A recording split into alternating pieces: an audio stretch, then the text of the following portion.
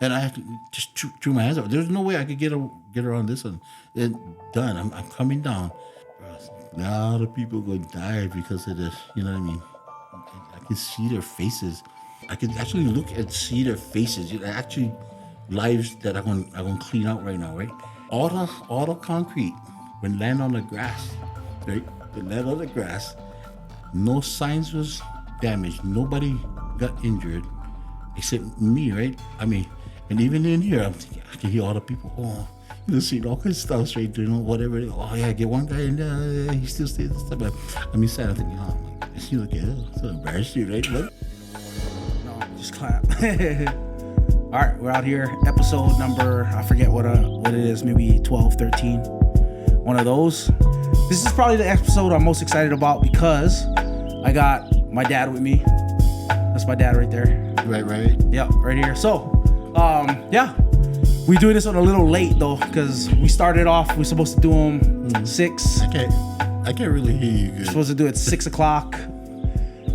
Episode 13, I think, and we're doing it with my dad today. So, yeah, we're gonna be jumping in. Mm-hmm. It's my dad talking story. Yeah, we would be usually doing this on his balcony on a Sunday, especially. Right. We're not on the balcony because we couldn't haul this equipment over there. Mm-hmm. It probably would have been windy. So yeah, we're here. I'm most excited about this one. This is my dad. Yeah, you can say what's up to everybody. What's up? Yeah. Yeah. Oh, so my dad. I'm named after my dad, but I'm not a junior. Yeah, right. My dad's name is Christian. With a P. With a P. Yeah. CPS. Right. CPS, and I'm a CLS. So yeah, it's my dad. Tell us what you excited about this, or are you happy? Yeah. I'm so excited about doing this. Yeah, I was really looking forward to doing this thing. Really looking forward to it. Yeah. I was trying to get my dad on for a while, but it didn't. Yeah. It didn't where everybody had to go first, and yeah. I was trying to push Carmen and Eric over here. Yeah. Before me, yeah. But they didn't want to. Yeah. Yeah. Not yet, baby. Maybe we can continue to encourage them. Yeah. Man, it'd be cool if you hit more viewers than Stacia did, because right now she's our most popular person. Wow. Stacia was good. Stacia was good. Yeah, it was a good story. Good. Yeah, she was legit. I think she should do one. Yeah. Yeah. Stacia's like natural. She's like mommy. Yeah. Yeah, my mom did good. They talk plenty. Yeah. Mom did good on the podcast when she was here.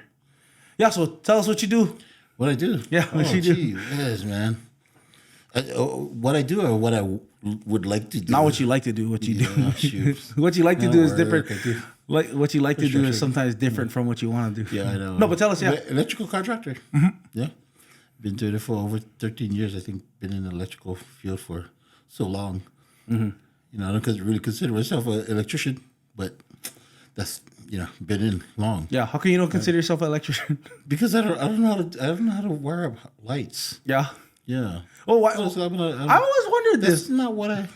Yeah, I was. There's this thing called groundsman in the electrical union, right? And that's what I was. But did installations for a long time as far as electrical site work. That's what I was actually decent at. Yeah, not wiring things up. You don't want me to wire up your house, but I got an electrical license. Yeah. That's cool. Electrical license. That's cool. I wish I had an electrical license. Yeah, I don't know. Yeah. No, so do you think that what was it about that got you starting a company, electrical company, if you weren't into electrical like that? Jeez. It was more because of it just felt like I would be able to earn more just to be able to touch more people. We were doing decent as just an electrician, just making money, or even just a groundsman, because I worked as a groundsman, as a laborer for a long time, right? And then the companies would only pay. I was never in for the money, but money was being made. So I was getting like maybe 50 cents more, right? And I actually told the company, man, keep your 50 cents. You don't have to struggle like that. I'm okay. You know what I mean? We bought a house, right? Our first house that we bought was, I was still just a laborer. You know what I mean? Just taking that leap of faith and saving up and trying to do it. Yeah. Yeah, and then I was doing a lot of side stuff, and that was kind of the reason, right? Because you'd have to get signatures in order to do this kind of stuff. Yeah, we can discuss this kind of stuff over, but that's what it is. When, electricians make a lot of money on the side, you know what I mean? Because, you do 40 hours, you're stuck with that amount of money. And so it got to the point where we was closing roads. I was having traffic control on major highways to do a side job. You know what I mean? And so I said, man, and then nobody wanted to sign anymore, right? And so I said, if they're not going to sign, then I got to get this side salad. And he was going to Iolani. It wasn't cheap. It's just life was a little bit more expensive than and we had to have that side stuff. So I decided to do it. And that was the main reason, right? One of the main reasons was I was just kind of getting tired of working for somebody else in order to get just to get the electrical license, the journeyman's license was totally different. The company had nobody with a journeyman's license, and so they figured that I would be the only one that the labor. So I went to school. Well, I was like 40-something years old already, right? And you got to do 5 years. So I was like the oldest guy in the class, right? It's just like Papa, the oldest guy in the class, and so we had journeymen that were actually working under me without license. They weren't licensed, so the company needed somebody. So they told me to go get it. I didn't want to do it, but I just went out and did it. And got the license, did that thing, and then went out and got my electrical license. So we did want to. You started a company, right? The name of the company is. It's Tripoli Electric. Yeah. We talk about that. We'll talk. Yeah, shout out to Tripoli Electric. What is that commercial? Shout out Tripoli Electric. Yeah. But we'll talk about the name of the company later. But I wanted to just because I never heard the story of why you wanted to start. But you wanted to start it, so you were working and you just wanted to. You didn't want to work for anybody anymore, and you wanted to start your own. There was a reason why I didn't want to work for anybody anymore, right? So. One of the biggest reasons, I don't know if you know, I'm pretty sure I told you guys, was getting into an accident. Yeah. Right. That was like one of the turning points where I said, what, this is it. I'm going to go for it. Get me a license and try to figure my way out. Right. I remember, I'm not the brightest guy. Right. It was almost did graduate. Right. Went through a special motivation program. That's how I actually graduated right through that, but came down that Makakilo Drive right with the truck, flipped it. I mean, that accident was just. Can you tell us about the accident? Yeah. So we were loading concrete blocks onto this truck, right, and so we're coming from the top of Makakilo, way up on the top. And coming down, so the way the guy was loading it, I was a good friend of mine, right? And I was telling him, man, this load is just too heavy because we actually had somebody in there loading this stuff up, like putting slabs of concrete and just maximizing the full capacity of this truck. Now, most people would just load the truck by just dumping that thing, just dumping it into the stuff, and then you take that load down, right? This thing was just to the gills, you know what I mean? And I came down, I remember driving it. I hated driving. The Indians don't like driving, right? Yeah, we don't. We drive. We don't like driving at all. Yeah, we like riding and stuff. Yeah. Anyway, so we coming down the hill was so funny too. When I think about it, coming down, I said, man, it's like in compound. I cannot. It's not. I know in fact, my air brakes. Every time I step on the air brakes, the thing would kind of go low. Yeah, and the truck wouldn't. And I told myself, man, I'm just going to take my time going down, which is what I did. And I pulled over. And I said, man, I was just let the air build back up. Yeah. And then I went down some more. There's construction workers, down there. And, you're practicing. You're like, you just got to act like you. But I told myself, no way. The air kept dropping. So I pulled over again. I just let the thing build up again. And I said, oh, man, we gotta get this thing down. And this is like 2 o'clock. 2:15 in the afternoon, coming down from Makakilo Drive, and then so I was coming down, and there was just one more hill that I had to get over. So that's the one just before you can actually take the cutoff onto the freeway coming down, right? And if you make that, so get the pantry, right? Got all the stuff on the left hand side, right?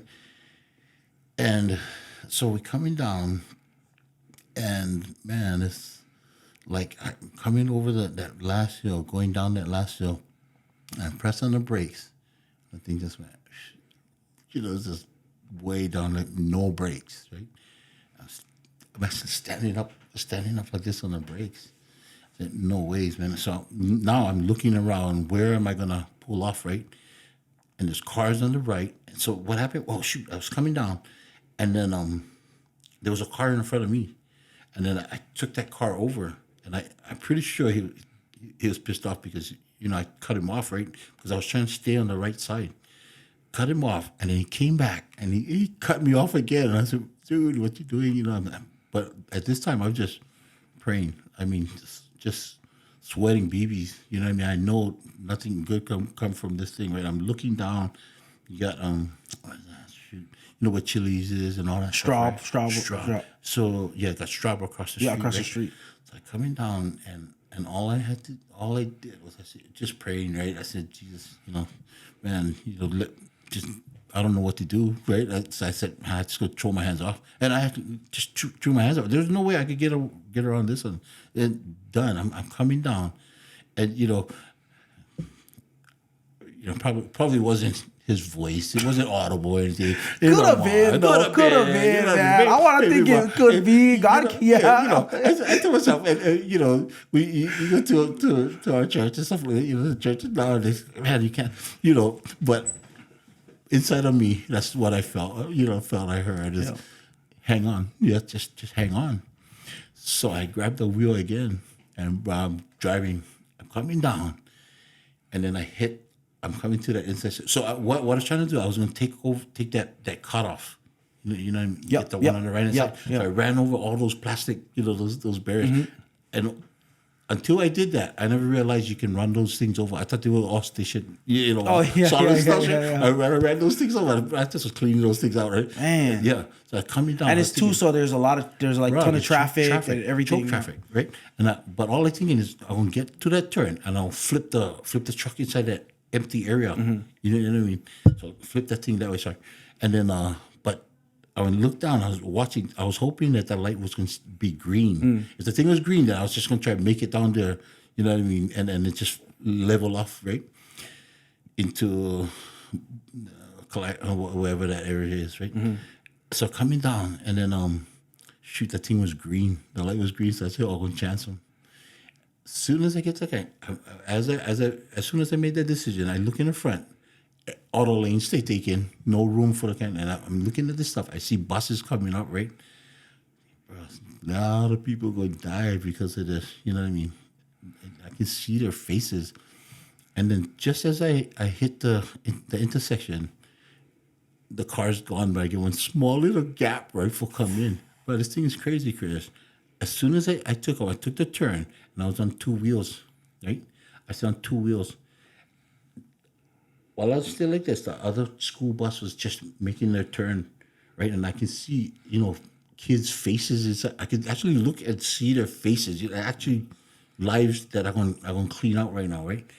The thing will clear out where I could turn. So right over there, get that corner, whatever, where like it's street lights and stuff, and get where you can make that right turn, and then get that open grass area is where I ended up, right?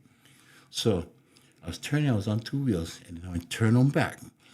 Somehow I was able to get the thing back, but the load the weight just took me back.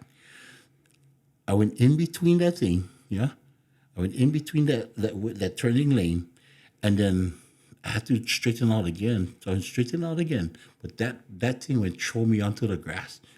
So I was sliding. I was upside down like this, watching the okay. I was sliding. I could see the sidewalk. You know what I mean? I'm upside down. I can see the sidewalk over there, right? And I'm sliding on the sidewalk. All the concrete when land on the grass, right? When land on the grass, no signs was damaged. Nobody got injured except me, right? I mean, and even in here, I'm thinking, I can hear all the people, see all kinds of stuff straight, whatever. Oh yeah, get one guy in there, he still stays and stuff. But I mean, sad. I'm thinking, oh my goodness, you look at so embarrassed, you right? But he thought like, wow, I'm embarrassed right now. Yeah. Oh wow, and he go, oh wow, you're right. I said, yeah, I good. I said, oh wow, come on. Right? So I got outside of the stuff, went sat down. The only thing was like my neck was just a little sore, right? And I'm thinking, wow, what am I gonna tell mom? You know what I mean, right? So they ended up taking me to the emergency, and then did that thing, and finally called mom. This just a strip, and she came down, picked me up, right? But after that, after something like that, you just I just didn't want to do it. So I took off the next day, right? They called me up. The workplace called me up, and they told me that that as soon as I'm ready for come back work, right? So I'm thinking, yeah, these guys gonna be all right, yeah. So I go back work, and so you go back work, construction, right? Yeah, you go inside. As soon as you pull up, it's Julio, how you doing? You know what I mean? Yeah, that was my nickname after that was Julio. Right? They had no pity. These guys said my friends had no pity, right? I said, wow, how you doing, Julio? Why they call you Julio? Huli, Huli Baka Flip. Huli Baka Flip. Bro, yeah. And it's so that's how it was. Then I look at the schedule. Bruh, I gotta go back up the hill. I gotta load up again and come down again. Man. Yeah, but I said, you guys gotta be kidding me. So I went, right? And so the guy goes, bro, Chris, I'm so sorry, man. I went overload, this stuff, right? He said, you just tell me how much you like me put inside. He loaded up one slab. I said, done, bro. Heading down the hill, taking one slab of concrete. Right? And so the thing kept going, right? I kept driving. I had to go. And I would take long coming down, and, I would take rides. So every time I go downhill, it's like, man, you just freak out, right? After something like that. Some people can, turn it around. I just told myself, why? It's not what I like to do anyway. I don't like have to drive one truck. You know what I mean? Yeah. And so that's kind of, how that went. But kind of pushed me to even go that direction anyway, do my own stuff. Yeah. Where I can control my own, schedule in a sense. Yeah. Yeah. Because that was years before you started, though. Like, that was years before you even started the process of getting the license. Oh, yeah, but by then, you was already thinking, I want to run a company one day. Yeah. So, it was like that was just pushing me even more to it. You know what I mean? And I wouldn't know how to do it either. Just going through all the stuff, but it was just a matter of making phone calls to find out what you got to do, asking friends, asking people, and then just figure them out, right?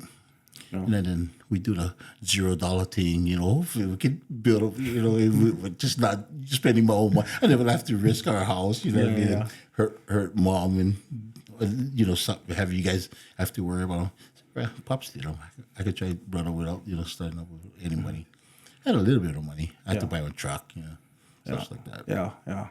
Man, was that hard starting, or was it a hard process when you decided to start? Like, what did people think of you when you said, I'm gonna start my own company? It's amazing, right? Because to be honest with you, and I always tell myself this, I cannot count how many true friends that I have on one hand. You know what I mean, right?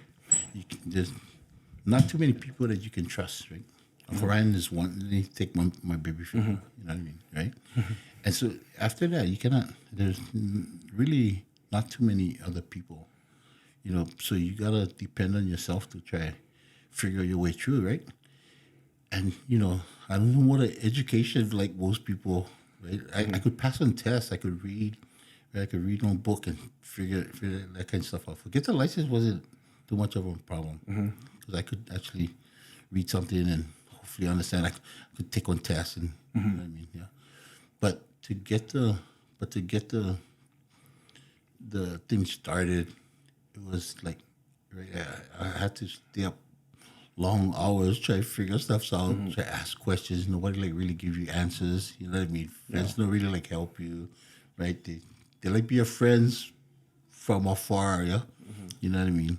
But there's so much stories I can tell you that about friends and how I would treat them versus how they treat you. Yeah. Yeah. It doesn't really doesn't bother me because I know that that's how it is, right? Yeah.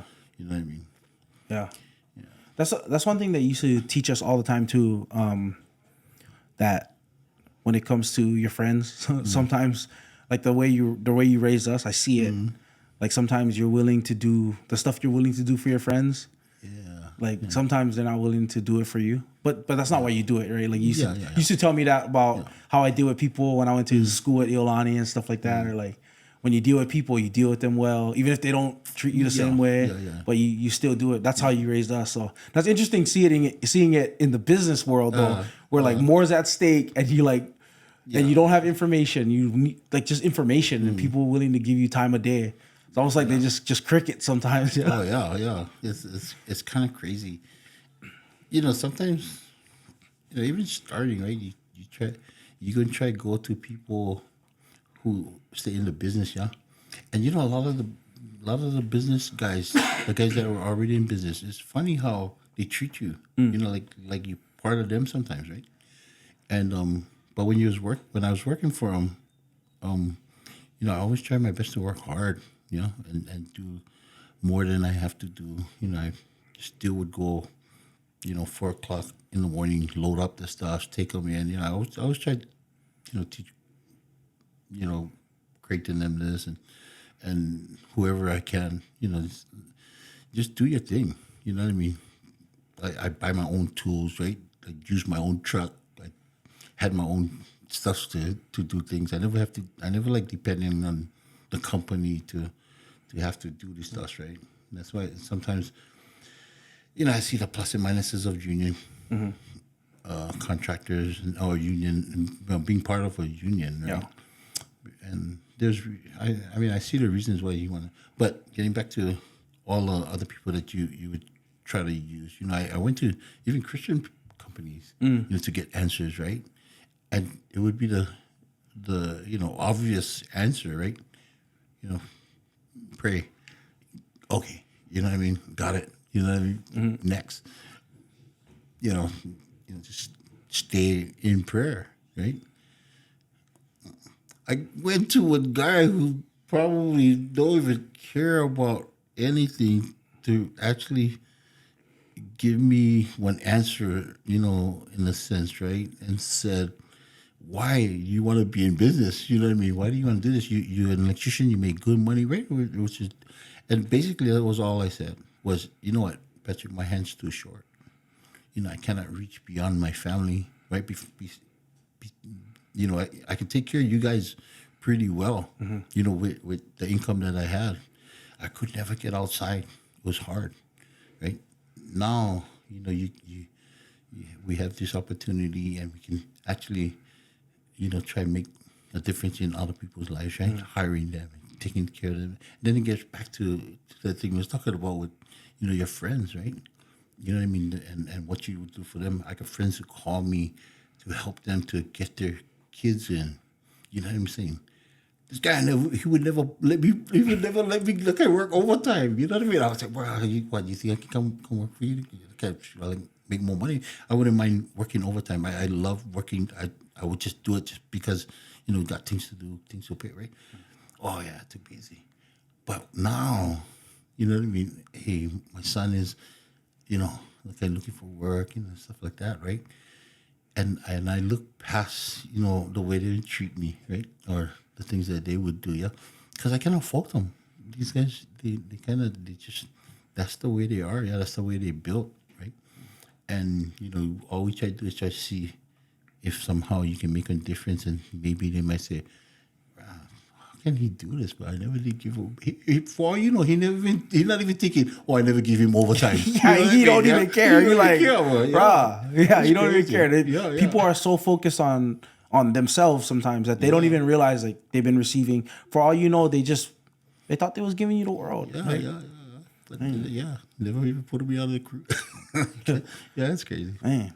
No, so that's cool. Like you said earlier that you would go when you were working for other people, you would work hard, you you would tell the company. So you were even thinking of the company, like, bro, don't pay me the extra 50 cents. Save them. Like, save the money. Yeah. Like, that's how you were thinking? Yeah. It was pretty much like you guys got to remember. We used to go to church. I used to take you guys on the machines, jump on with me. I go backfill stuff. I go do stuff that I can take care of over the weekend with you guys. Right. I go Saturday. I go Sunday after church, and then I take you guys. I say, I gotta go finish this stuff out. Go grout whatever I gotta grout, cement wash whatever. All the extra stuff that gotta get done. I try to take care of them. And then nobody knows, right? The company don't know, but that's the kind of stuff that I would do to help that company. You know what I mean? And I'm not expecting people to do that when we're doing it, right? I do that on my own, right? But the guys just need to, you know what I mean? They don't appreciate what they have, with jobs and stuff like that, right? Yeah. They don't can push forward. So you had like a feeling back then, like even though you're working for other people, there's still an appreciation that, man, I'm working for them. I appreciate the job. Yeah. And I'm gonna do my best on this job. Yeah. Like without you're not the boss, you're not the owner, but you're a worker. You take pride in what you're doing, or is that something that you see in today's generation, or is it different? Today's generation, it's hard to find guys like that nowadays. You know what I mean? Even guys that would work as hard as they were. Creighton is a horse. He flipped. You know what I mean? Creighton flipped. Whatever. Creighton's my brother. Yeah. Yeah. So whatever happened, however God would change this boy, I'm gracious. I feel great for it. You know what I mean? I appreciate it because you see it. You see the change. There's some more stuff that he got to change. You know what I mean? But he got to. Don't we all? Yeah. We all need some stuff, but major growth. You know what I mean? And it feels good. Yeah. Do you think that like just this is what I feel like, just because I remember thinking about how hard you work too. I remember I was sitting at a pastor's meeting, and they were talking about how hard we work as pastors. They're like, man, we work hard, and people will never understand the amount of work that you put in as a pastor. And I was thinking to myself, like, I was sitting there after going through the buffet line at a golf course. I was like, we do work hard, bro. I was thinking like, but my dad didn't wake up. My dad is the owner of a company. He wakes up at 4 a.m. And he go work with the guys and do the office work. And as an owner, the work comes home with you. So I actually raised my hand. I was like, hey, how do I show people like, yeah, we are working hard, but they wake up at like 4 and they work late. What do I do? I don't know, but that though, I think I think you guys do work hard. It's a different type of hard. Yeah. You guys hard is, I wouldn't want to be doing that. I think it's a lot easier for me to do this hard than that hard. Yeah. Because that's what I think. I know you guys work. You know what I mean? Just a different type of work. Yeah. Yeah. I think it's good to see it as a different type of work. I was actually telling Mom this when she was on the podcast. I said one of the things that I didn't appreciate when I was growing up, and you always did. You were always like this. The balance that we had as kids, because we never, the church never became like an idol. We actually preached on that today. That the church can become an idol for people.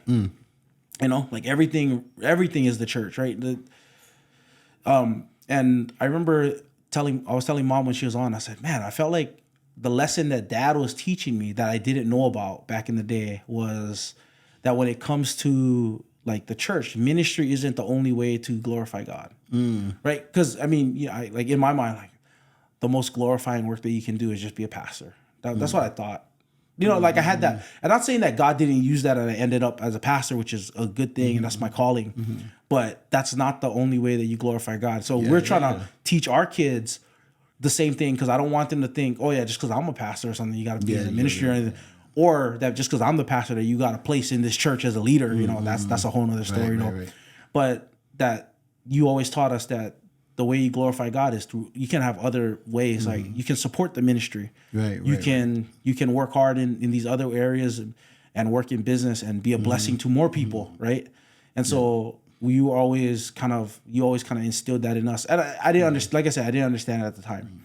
But now, like, we try our best to teach our kids that, like, hey, there's so many different things you can do to glorify God. You know, we push them in all kinds of ways. You know. Yeah, yeah, I think so too. There's sometimes, right? You guys looking for drummers once, yeah, and without them, it's like a little bit more difficult, right? So you can do without the drummer, but it's nice to have your drummer, right? With the way you guys do ministry and stuff like that, these are the people that you want, right? Right, you want somebody in here, and you want to have that all those things filled, and they can serve. They're just as important as a lot of the other things that go on in church, right? You just told me about some pencil sharpener guy that something. Somebody told me about the story about that guy, right? And nobody even thought of him, but thought about all he did was sharpen pencils, parking lot, attended. You know what I mean? Those guys are important too, yeah. And you can do it, and I guess shoot, for those guys, man, they probably don't get paid as much as the staff guys. In fact, some will probably don't even get paid, right? Yeah. For the church, but they serve, man. Yeah. What was it like for you growing up? Because you grew up in the church, yeah. What was it like for you growing up in the church? Oh, so I need to learn some lessons because I got kids growing up in the church, bro. My kids is wild in there. So man, I was terrible, right? So with Mama and Papa, I was the youngest, right? But I was the one playing ball every time. So I was out there, I think we sometimes had, especially baseball. So it would be, Sunday games, right? So I wouldn't be in church a lot of times. And then when I did go to church, man, I'd be messing around, But in the Samoan church, it was a lot of stuff is, White Sunday, right? It's a big thing. You do your kaulokos and all this stuff, right? But growing up in church was good, because, you always would know these things, right? You know scripture, you got to do all this kind of stuff. But growing up in the church is funny because Mom and Papa was just, he was hilarious, right? He grew up married, was Camp Fort when we was younger, moved to MWH, yeah, Marriott Homes. Yeah. And so it was funny. It's Marriott Homes? It's not Marriott, not Marriott Housing? Oh, it was Marriott Homes. Oh, wow. Oh, that's more classy. Yeah, it was Marriott Homes. Yeah, I think it was Marriott Homes, HOLMES. Mm-hmm.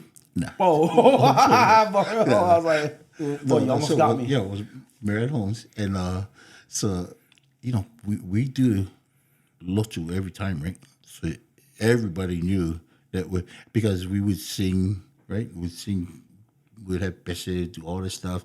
And in those days, we don't just sit down and pray. We would go kuli, what is it? Kneel down. We would kneel down and pray. So in the lokonga, we kneel down and pray. That's something I think missing in the church too, because I think, we should do things like that. Yeah. But whatever. So but you never felt that way when you were growing up that you should do it. What do you feel about those things? So you grew to appreciate them later, or? Oh yeah, no, I really appreciate it. The way we did service those days is because it was what is malu? Weighty, heavy, heaviness, importance. Yeah. So it would be like that, and reverence. Yeah, like reverence. It was you can ask your mama, and then what you call. But anyway, if we know any Samoan people watching this, bro, we are sorry for butchering the language. I don't know if we're translating. That's my dad. Boy. He got it. Yeah. And so what you call. And so we would do that kind of stuff, right? Papa. Now all my friends and stuff, they would always come wait for us to go to school, right? Mm-hmm. We all walk to school together. But they would have to end up coming to prayer. If they stay outside, they'll end up coming in. But we would do prayer. And at night, we would do prayer, right? So you have to be home by a certain time and stuff like that, right? So in the mornings, Mama and Papa would end up doing prayer a lot of times by themselves. So, what you call, so Uncle Jerry's named after, somebody who used to work at Salvation Army. He was a good family friend of Mom and Papa's, yeah. Mm. And so we grew up with them. She was like manager at the. That's how he got Jerry Blattner. And then so he went out and got him one of them, kind of what you call those stuff, Microphone? Yeah, like a microphone, bro. You could set up the microphone up on the stairs, bro. And then he set him up on the stairs. And so, You guys was broadcasting you guys family prayers? No, to wake us up, to make us, he wouldn't have to come up. He would wake us up to get down and come down to prayer. You know what I mean? And so we would have to wake up early, come down and pray. Do our lotu before school or anything, before we do anything. And that's how we was, yeah. And so it would always be like that. You know what I mean? And that's how we grew up. Just every day was prayer. You know what I mean? Every night. And most of the nights I would miss it because I'd be playing outside with the friends, because I'd come home late at night, try to wake up in time for go catch the bus for go to school or walk to school, whatever it is, yeah. Yeah. They're pretty interesting. Yeah. Just like mom did, yeah. Mm-hmm. So was it like was growing up there, you guys were going to church all the time, or you're like mostly focused on your sports and stuff? Yeah, so I would play. I would play. I would always be able to go on and play football, play baseball. Baseball was fun. Yeah, you like baseball? I love baseball. I just never. Most of my friends, that's why I played football. You know what I mean? So most of my friends played football, even though I love baseball. But I always would end up just sticking to, even though I could have gone play baseball, it just wasn't for, I like hanging with my core friends. But they were baseball players, you know what I mean? Yeah. And so I grew up playing baseball, and I love playing baseball. It's just a good sport, you know what I mean? And then, maybe I wouldn't be all bossed up like this. Yeah. Football does a number on your body, man. Yeah. So you're playing, and then so you grew up in the church. Did you keep following Jesus like the rest of the time, or you just kind of? Yeah. So we know him. Yeah, we knew Jesus. There was no time that I didn't not trust in Jesus. Mm-hmm. You know what I mean, and not know. I never understand him like I understand him now. You know what I mean? It was just totally different now. Yeah. Most someone's, are church people. Mm-hmm. Right? They grew up in the church. There's not too many someone's that I know growing up that never knew Jesus or never went to church. They know the importance of church. It's instilled in you, right? It's beaten in you, that you go to church, right? Mm-hmm. So for me, I don't know. I cannot say that, I mean, what I did, before, wouldn't know that, right? Mm-hmm. If we look at, the life then, right? The way you actually deal with people and stuff like that is, you wouldn't see one true Christian, you know what I mean? Yeah. So, Todd would probably say, I don't think so. You know what I mean? Yeah. So, Uncle Ryan played a big part in my kind. Yeah. What was like Uncle Ryan is your good friend? Yeah. And what was it? What part did he play? Just it was just knocking sense in me, right? Just driving home one day, right? Eating oranges, throwing the orange peel right out the door, coming to Coloniano, let the whole Ikai people deal with it. Yeah, whatever, right? Whatever. And then he would just tell you, you know what I mean? He never held back. And, he's, oh, bro, how come you trying the orange peels outside? So, yeah, but about biodegradable, don't worry about them. He said, wow, what? Nobody even teach you that you shouldn't be littering and stuff like that. And I'm thinking, this Chinese boy, I'm going to knock you pretty soon, right? And so I throw the thing out, and this is how stupid I was. I throwing out the orange peel. I said, peeling the stuff. I end up throwing my orange out. You know what I mean? I said, wow, this bug is irritating.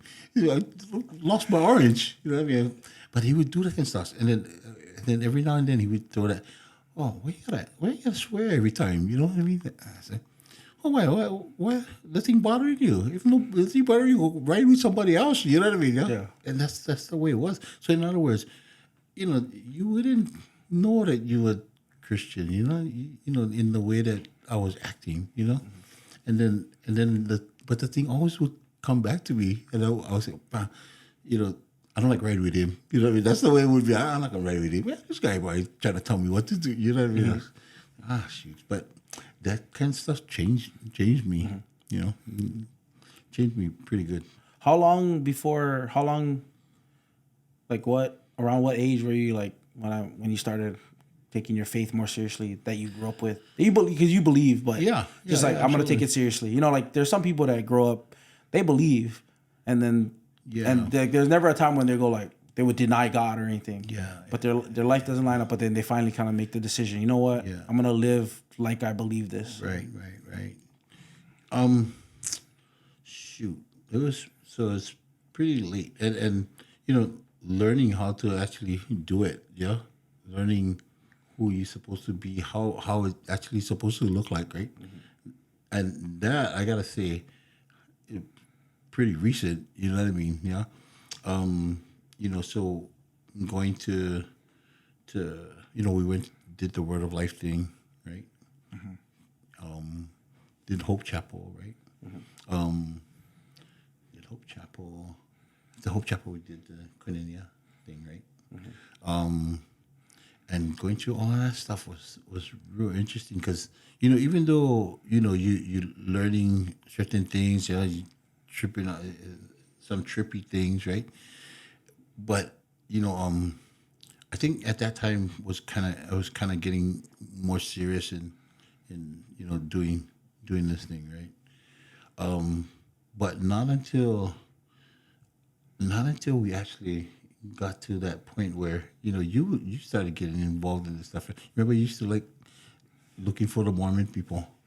Yeah, I used to like waiting for the Jehovah's Witnesses. No. I used to like getting into arguments, but I would only run into Mormon people or other kind of people. Right. But I never ran into a Jehovah's Witness. Thank God, because I would have got slaughtered. I know. I would have got slaughtered back then. But then you remember the transition when you guys used to run away from them. As soon as they come, you used to hide in the room. You get crazy. You used to laugh and go hide in the back. Yeah. There was some point where I think I was in college where I realized like, man, I wanna. It wasn't even like a nice like I want to talk to people. I just wanted to like win an argument and stuff like that. What's funny was at first you didn't want us to be afraid to talk to people, so you would teach us. And then there was a point where you're like, "Hey, buddy, you gotta slow down. Like, you're probably not a good idea for you to go be talking to people if you just want to get into arguments." Right. Yeah, and so right about then when you came back, right? Then we met, Chris and them, right? Doing that thing that was.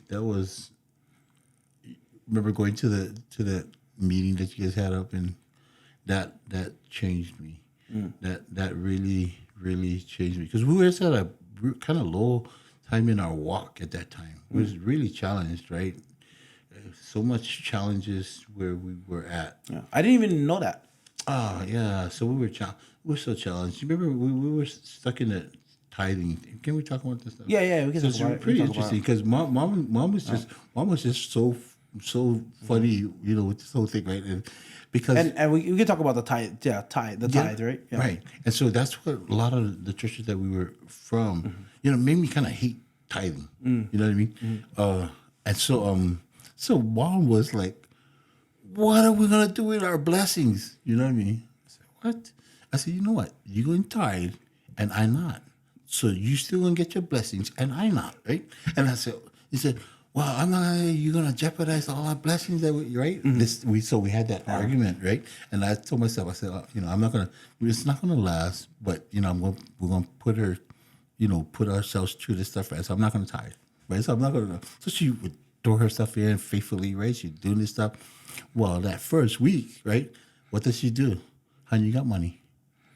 I said, wait, what? You never get yours. You never receive your stuff yet. Oh, you need it from me. You know what I mean, right? So that we would do that stuff, right? And I said, baby, you're not thinking through this thing. You know, you gotta be. Yeah. That was kind of the challenges that was going on. And we're not talking about giving, right? We're talking about the idea that in order to be blessed by God, that you have to tithe. That you have to tithe. That Like I believe that the Christians should be generous and they should give. yes. Maybe call it a tithe. Call If it what you want. Call it what you want. Yeah. Call it what you want. Yeah. But the idea is that if you don't give, you're not going to be blessed, Yeah, right? Which is yeah, a strange. yeah. That flips the gospel on its head. Yeah. And so that's and you know what? I don't even know if it flipped. My mind wasn't like that. I wasn't thinking what like was it? What was no. It was like I didn't think it's flipping the gospel over on its head. You know what I mean? I just said, man, it's just not right. It's just not. You know what I mean? It's just no sound right. No sound like the gospel. If you like use that, right? Just no sound like that's how Jesus was. Mm-hmm. You know, and that's not how I would really understand who he is. You know what I mean? You know, I always knew that he was enough. You know what I mean? Yeah, because couldn't be any other way for me. I couldn't explain it. You know what I mean? So that's why I'm saying once we went to that thing, you know, I kind of woke up, right?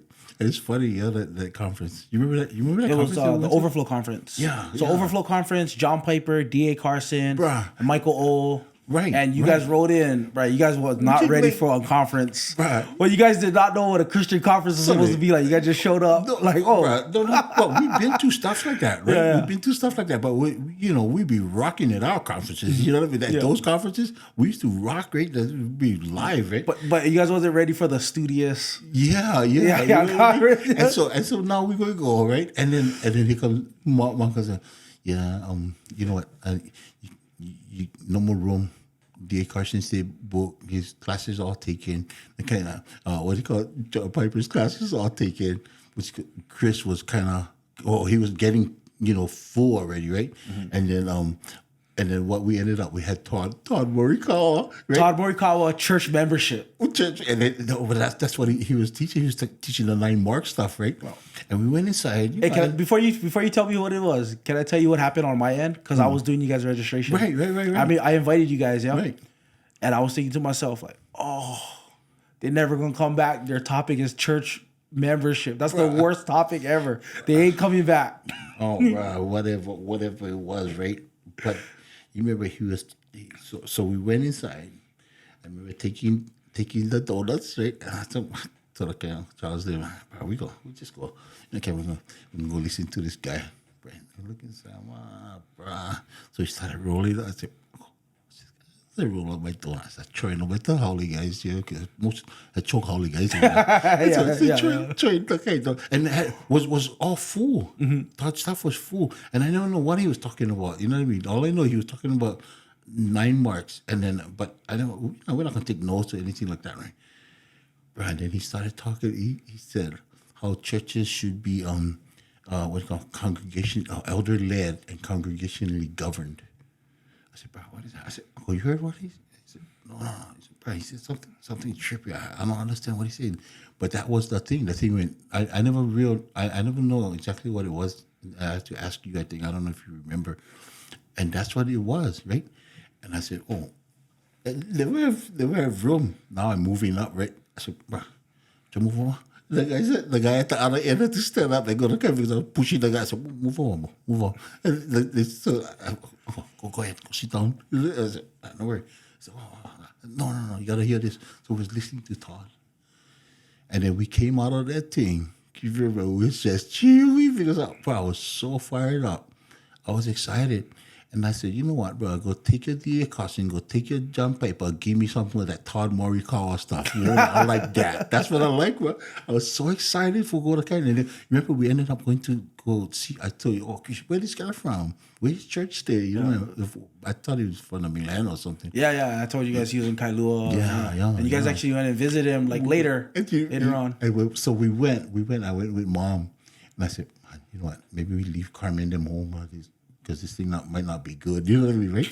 And we went over there, and man, I stayed on the guitar. I forget who was playing, but I don't know if it was James or Rocky, right? They playing this stuff, and I said, oh, bro, this is not happening. But because we come from churches where they're rocking. Oh yeah, it's rocking. I mean? It's good. Yeah. I mean, even more than you guys. Even more than us. Yeah, I'm not saying us. I'm saying the churches we come from, which is great. It's not a bad thing. Oh no, it's not. Yeah, I don't know. But you went there and it was just different. I was like I was like kind of at the local church. You know what I mean? So and then I told myself, but I just I hear him preach. You know what I mean? And at that time, I cannot say Todd was the best, preacher. I mean, he was really good. I mean, no doubt he brought the word, right? But Todd even went grow. You know what I mean, bro? He's this guy. He's awesome, bro. He can teach. You know what I mean, right? And so it was there, and then I remember the ride home with mom was saying, "Man, I don't know what I'm gonna tell the kids. I tell them that you guys gotta come." And that's what I told Creighton and Carmen and I said, you just gotta come. Don't listen to anything else. Let's just go over there and listen to the word being preached. Forget about everything else. We'll just listen to this stuff, right? Don't forget about everything else. Forget about everything else. Just wait till the kid. Yeah. And so, we go inside, right? Our schedule, we nobody really was, not really. Welcome. How we used to being welcome, and So I used to that, right? And then, so the first thing I do is start scoping out the local people, trying to find some local people, right? All 12 of them. Yeah, I don't know if I had 12, but maybe if you count the kids, you know what I mean. But so it was so trippy, and then that's when I kind of met Ezra, met some of the guys that's still there, and met Rocky. I think I met Rocky. And then they had Carl, the Mizutanis. And those guys, I just kind of cling to them. And hopefully I can deal with, these other brothers later, right? And so the thing went on. I took Carmen with them. And I don't know, I forget, but I know it wasn't like, fireworks, right? But the teaching of the scripture was so good, you know what I mean, right? I said, I think singing hymns, so that's what I was doing. I was mostly hymns and stuff like that, right? Which was good. It was okay for me, you know what I mean, because I love hymns anyway. But that's how the thing was, yeah. And then I remember doing coming home. You remember I was doing devotions at one time too. So I was doing the devotions, and I just told Todd, him, "Boo, I cannot do this." Because you gotta speak English, yeah. I mean, I was struggling. No, literally, I said, Todd, I cannot. My mouth. By the time we came home for the devotions, my mouth was cramping. I was catching cramps every time, just trying to speak good English so that I can. Because I knew something was wrong. Because every time I speak, I see the guys talking. The guy's actually looking at my lips, and some of them was actually moving their lips, trying to follow what I'm saying. They're figuring out what I'm saying. And it was really good. It was really good. Yeah, I mean, it was tough, but just kind of trying to get into that thing, plenty of military people at the church. And so after doing that, we started doing the care group. Yeah, we did care group, and then the first couple left the church. And they was in our care group. So I couldn't handle. I said, you know what I mean? I was burning. I said, what? Where are you going? They was leaving. They was getting deployed to someplace else. And this was the Heinz. I said, bro, no, can't. I remember me and mom going on. I kind of get emotional about this kind of stuff, right? And then after a while, I started feeling like, bro, when I know this guy's going, I'm going to stay away from him. You know what I mean? I couldn't see how the thing was happening because people don't leave our churches. Yeah. You know what I mean, right? Everybody stay here that belong to the church. They're going to stay. They're not going to, unless something happened and they go someplace else. Yeah, we're not used to that. People just coming for a season and just leaving. We're people in church, and we kind of just grow up together. Yeah. And I think that I getting used to it. I'm not used to it, but I can deal with it a little bit better. You know what I mean? After the second one, the third one, I was kind of getting a little bit better at that. You know what I mean? But it still bothers me. Some nice things that go on in the church. You know what I mean? Yeah. So what was it that you guys ended up meeting with Todd, and then why did you guys stay at that church? Just the preaching? Yeah. Well, everything. Yeah. Everything was actually good. I think it was a good place. We was totally out of our comfort zone. You know what I mean? It was totally out of our comfort zone. I know that much. I know the kids were. I know Carmen, and in a sense, and then they grew into it. Yeah, they grew into it, and I think more so Carmen, right? She grew into it. She started loving on the people. Ezra used to be the funniest because I would try to reach out to him, and people, they would jerk back, kind of, Yeah, you know what I yeah. mean?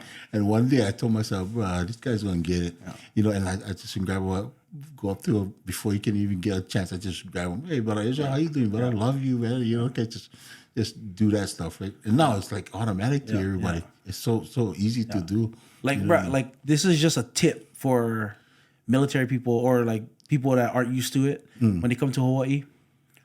A handshake always got to come with a hug. Oh, yeah, If you just yeah, think about yeah. the handshake got to come with a hug, then you'd be all right. Because a handshake is just we don't just do this, Don't like offer. hey, Don't nice to meet you. offer, That's yeah. not enough, Don't bro. offer, I feel like yeah. you try to get away, just don't feel right. yeah. So if you Gotta just get a think hug. handshake come with a hug, you're fine, bro. Yeah. You're fine. Yeah, if you're the sisters, you're gonna hug your sisters, right? Just grab them. I see a lot of stuff, though, with the military wives, yeah. And in our church right now, we get something going on with, one of them. And the mom talked to you about it. Was one of them, that crash that happened? Oh, in yeah. Austria? How you That's do nuts. that? Yeah, that's crazy. And so from what I heard was I don't know if you know Nikki and Caleb, but Nikki's here. Caleb was up there. He's okay, but these guys are fairly new. Toby and Meredith, but the wife seems like she's doing pretty well dealing with it. Yeah? But bro, the thing just breaks your heart. Yeah. But what I was trying to say was, watching these military people come inside, yeah, and serving. I mean, they're just crazy servers, bro. They come off from someplace and then they just serve. And what is crazy too is like a lot of times before their families come, or even their husband, the wives come. The wives come with their kids and they stay in the church, and then they're waiting. You know what I mean? I'm watching this stuff because it's the same. Sometimes when you see these guys, when they first starting, I go up, I talk to them, just try to make them feel comfortable and stuff. But it's interesting how they fight through this time while the husbands are away. Then finally the husbands come and just fireworks, right? Next thing you know, they get babies, but they're just so nice how you watch them, deal with church and dealing with their kids, waiting on their husbands to come back. And they don't miss, what I mean? Yeah.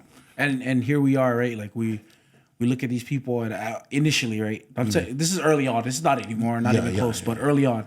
And this is another thing for people, like especially the local people, right? When you come into a church like this, all you can think about, right, is the things wrong with those guys. They're like, they do this or they do things like that. Man, they come into church. They don't even have their whole family here, right? The wife is bringing all their kids a lot of times, right? Like she is making sure they're in church. She got them all dressed to come here. And us that live here, and even we can't come here all the time. We can't even make it. But it's a trip. It gets so much of that stuff we see. But it's just good, man. I wanted to ask you one thing because we planted a church, right? So you say that, like Todd was talking about membership.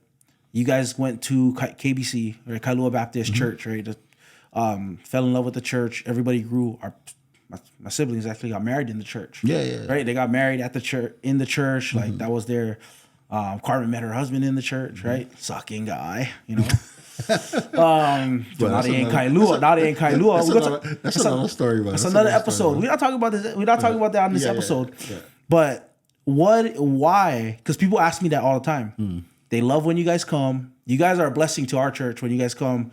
Especially my dad always greeting everybody. My mom always serving. Why you guys didn't come? How come you guys didn't come with us? Bully. So mom, we both want to be there. Okay. And a lot of times, that's one thing that I always like do what mom wants to do. You know what I mean?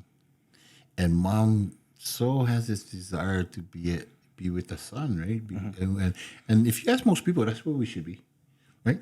I think so much so that even my pastors was saying, hey, just let us know when you guys planning. You know what I mean? It was like that, the conversation, right? And inside of me, I know that that's such an easy thing for me to do. You know what I mean? So, but I just always wanted to. My first thought was my church. Yeah. And like I said, I'm not the smartest. I don't know why. I don't know. I don't can pull out from scripture where, but the church I know is the most important thing. To Jesus, that's his most important thing, man. He's not coming for just anybody. He's coming for the church. And I told myself that, I like, this, mom knows, right? I said, but the church is even bigger than Christian. Our love for Chris is not going to change. You know what I mean? But if we, and even people in our church, they got to know that why would they be here? Yeah, they haven't asked, so much. Right? The pastors asked, but why doesn't they go with their son? I said, why would I go if I stay at this church? Yeah, that's the thing. I just hoping that I can, glorify God through this, because it hurts. You know what I mean? I want to be, inside of me, I like help serve you guys. You guys could use some elderly help over there. You know what I mean? We're too young right now, man. Sometimes, that's what it feels like. Yeah, that's what it feels like. But to me, I have that. If Pastor Todd or Pastor James or the pastors came out and said, "Chris, go," you know what I mean? Go over there. You know what I mean? It would break my heart first, but I would take whatever they would think is right. I would listen to them. You know what I mean? And it would hurt me a lot to come, but it know that thing also hurts me a lot that I stay. This is where I belong. Where I feel like this is where I belong. This is something that somebody would have to say, come go over there. You know what I mean? Because inside of me, I always, when I'm alone and stuff like that, I think about this stuff, right? I say, man, what, always thinking through them. I always like try to be an example. Just make sure that I know that I trust in God, that I'm in this church. There's no reason for me to leave. People leave for stupid reasons. Yeah. You know what I mean? They leave in church for stupid reasons sometimes. Sometimes I get frustrated with that stuff, because, man, just one word, you know what I mean? Just one word that the pastor will say, or somebody that said something or whatever, that you're going to go. But just leave your family on something like that. You know what I mean? Yeah, on some of these things, right? And I cannot see that. You know what I mean? It's so easy to do that, right? When we left the other churches that we left, right? I don't know what to say, right? When people used to ask me, "Oh, how come you ended up at kind of a Baptist church?" You know what I mean, right? I just wanted to make a vertical move. You know what I mean? That was my answer, right? My answer would be kind of like that, right? And sometimes I might have been trying to be sarcastic, but if they ever had the guts to tell me, "Oh, what you mean vertical?" Yeah, I say, "Oh, well, you guys always go from one church, then they move because you don't like the way this guy did them, and you go to the same type of church." Well, I never go to the same type of church. I went to a totally different church from you guys. You know what I mean?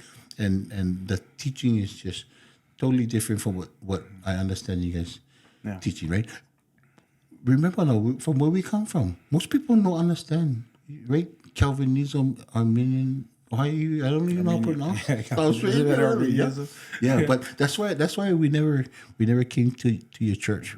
But I think because we had conversations too, though, right? Huh? Like it's funny because you guys didn't come, but we had the conversation before we planted. It was a good conveation. We talked. You and me talked. And we said, you and I talked about that and how important it was for us to, how important the local church was to us, right? And that's the local church was so important that man, if my church was sending me out to go do something, that's my local church. That it doesn't necessarily mean that you leave your church, and especially if you're serving, you're a deacon at your church and you got significant ministry there, like the best option would be that the church recognizes that it's time for you guys to move on. But if that's not the case, right, man, if your church isn't, like my church isn't the only church that exists, right? And well, that's what you were saying. And our relationship as like you guys' relationship as my parents, right, and me, your son, that isn't necessarily the thing that should move you. Like I'm moving because my church, as a pastor of the church that I'm at, and you guys are my parents, but that's not in the church. That doesn't. That's something, but it's not everything. You know. Yeah. And but it's like it's something that we pray on. You know what I mean? And I always not always, but when I think about that, I always lift it up in prayer. You know what I mean? To see, just let me know. What to do. I'm not gonna go. I think that's the only way that I would do something like that. If they did something like that, I don't really want to say that because I know they listen to this stuff. They listen to your things every now and then. Yeah, meaning it's not on our radar. Leaving is not on the radar. Yeah.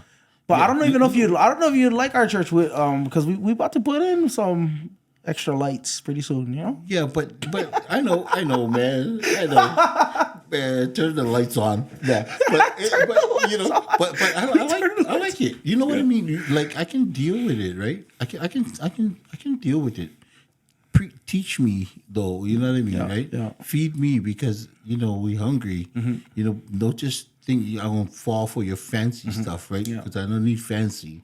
You know what I mean? But other people like fancy now. A lot of people like fancy. You know what I mean? But the fancy can catch the ones that needs to have it, right? So you can, I think God has everybody set in their place, right? Yeah. So you're gonna reach people that Todd probably not gonna be able to reach. You know what I mean? And so on and so forth, right? Sure. So I think that's the way it is. By the way, I feel Todd can preach though. That's a preacher. He's a preacher. Man, he's a preacher. Yeah. Sometimes though, I gotta talk to him because, I get his sermons, right? I gotta go through his sermons before I listen to him. So like today, I was going through because I'm working by myself, right? And I was trying my best to go through the call of worship, right? I go. Oh, you go through the whole service by yourself? No, I was today's one. So because I get his sermons. Right, but I go through his sermons but today I told myself I pull over off on the side at about at about 10:15. That's when the thing would start, and then I look at because we have that sent to us too, whatever the thing is, and so like the liturgy, right, and so I'll go through that stuff, and I was just trying to go through the call of worship. Whoever was reading, I would read the call of worship, and it's just try to follow that way while I'm at work, right. And then try. I couldn't find the song that was anyway, and so I would just go through his sermons. What would have been cool if you guys had like a live stream or something. Something like that. Something like what we got. But you know what is funny, right? Because you remember I was saying, I don't know if I told you, but the night service because we had to meet and discuss it. Right? Yeah. I was one of the guys that just said, man, why do you need it? Yeah. You know what I mean? Well, it's just so happens, bro. I work in nighttime, daytime, right? I'm working on the Sundays.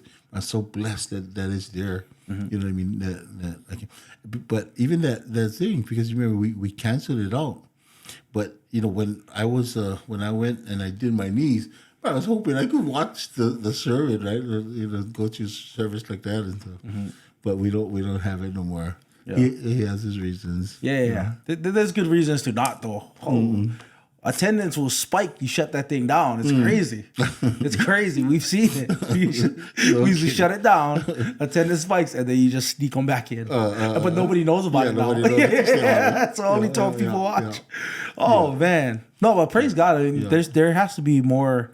I wish people would see the church more for. Have that view of the local church.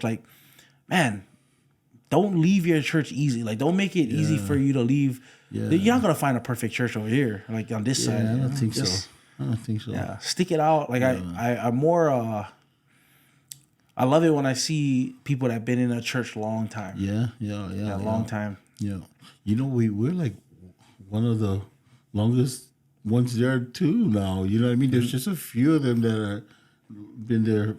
longer than us. Yeah. And shoes, man, I don't know. I just heard somebody mention that too. I was thinking, oh wow, you've been here for quite some time. You know what I mean? Yeah. Yeah. Man.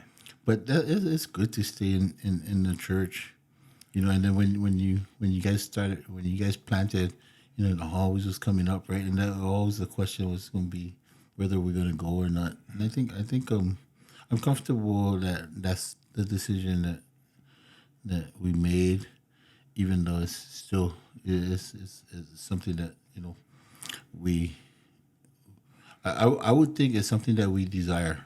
Yeah. Is to be in there with you guys to help, right? So that we can serve in that with you guys as well. Yeah, be the mamas and papas at church. Yeah. Bro, because all of us, bro, whatever, the old folks got a different grind to them, though. Oh, yeah. The older generations, they got a different level of, like, we gotta do all this stuff. Yeah. Like, bro, it's just... I cannot do as much anymore, but my mom is something else. Yeah. Bro. That girl gets some energy. Yeah. I'll tell you what. Her stuff with she can talk to that girl. Yeah. Mom does a good job. She did a good job. Yeah, she did a good job talking, man. Yeah. Man, so what was it like? I wanted to go back to the business because we didn't talk about it, but you started your business, Tripoli Electric. Why that name? So, like I said, I'm not.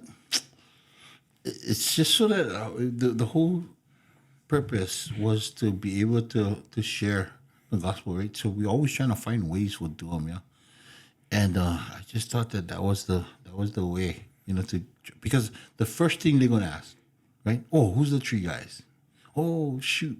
Wow! I said, well, then I can share, yeah. So many people, you know what I mean? Yeah.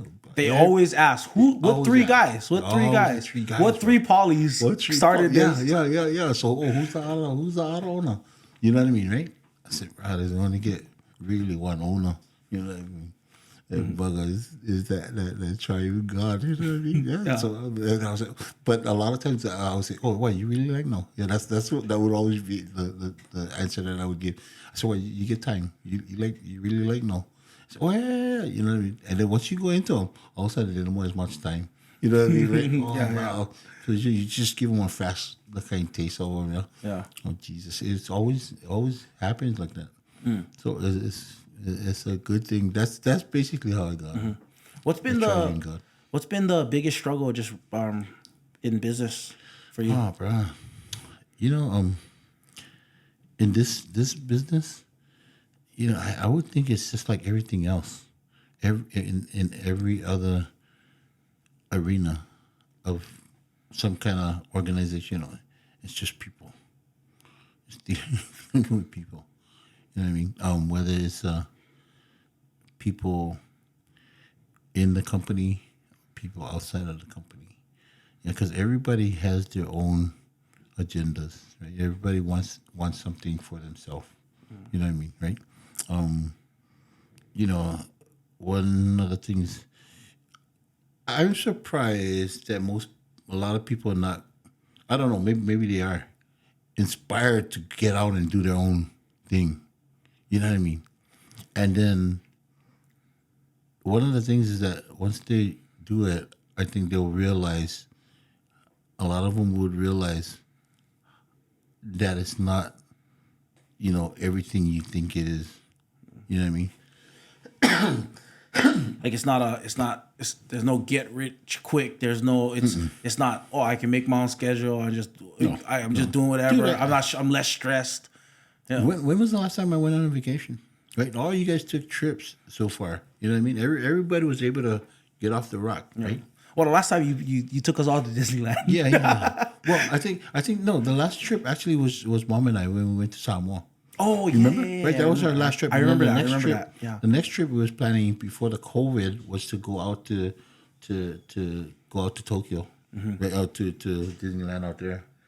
Because that was the only way that I was going to get back to Samoa. To take a trip to Samoa was to get you guys, Cameron especially, to out there. You know what I mean? Yeah. Yeah, so the business side is,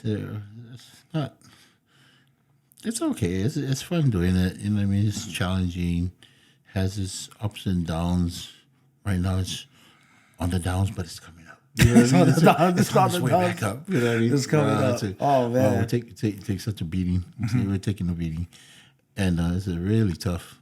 But we just trusted in God. You know what I mean? He's always got us, no matter what. Right? Yeah. I'm at that point in my life where that's what it is. Yeah. How would you like? So remember, you're talking about going up to Christians and them just telling you, just pray on it.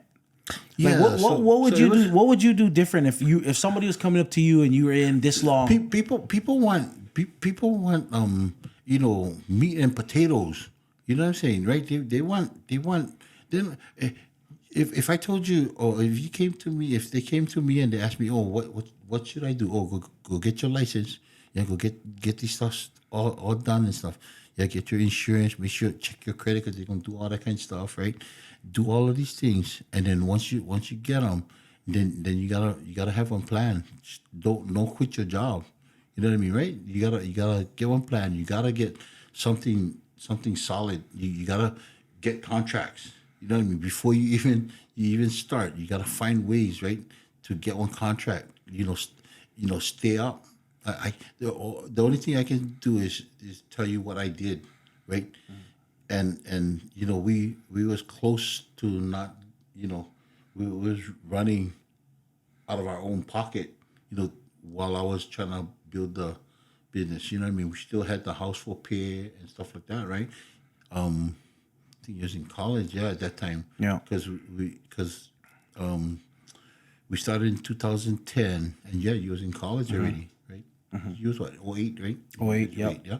So 2010, you was in college, and I was building the stuff, right? And we never start till 2010, and I never have nothing. Talk about friends, right? Friends said, "Oh man, don't worry. Anytime you need for work, you come on, you can work with us." Now this is good friends of mine. I mean, I consider good friends. Not never land on my hand, but good friends, right? Like I can, they always, I would work with them at jobs and stuff like that, right? I would pick them up, would do side jobs, I would do this kind of stuff. So friends, right? As soon as I'm ready, I give them a call. Oh, bro, they're not taking any electricians. You know what I mean? Stuff like that. Yeah.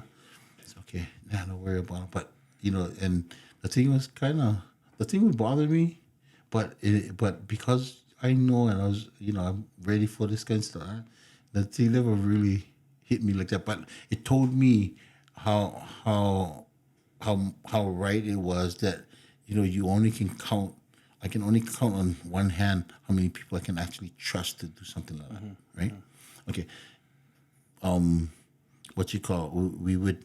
One of my friends, he needed one job done, and I told him that I only can do probably 2 weeks of work, yeah, and that's how I met Uncle Andy. Okay, so we went in, and before I even started, and this, I'm pretty good at what I do as long as I'm doing what I do. What you do. I do, yeah.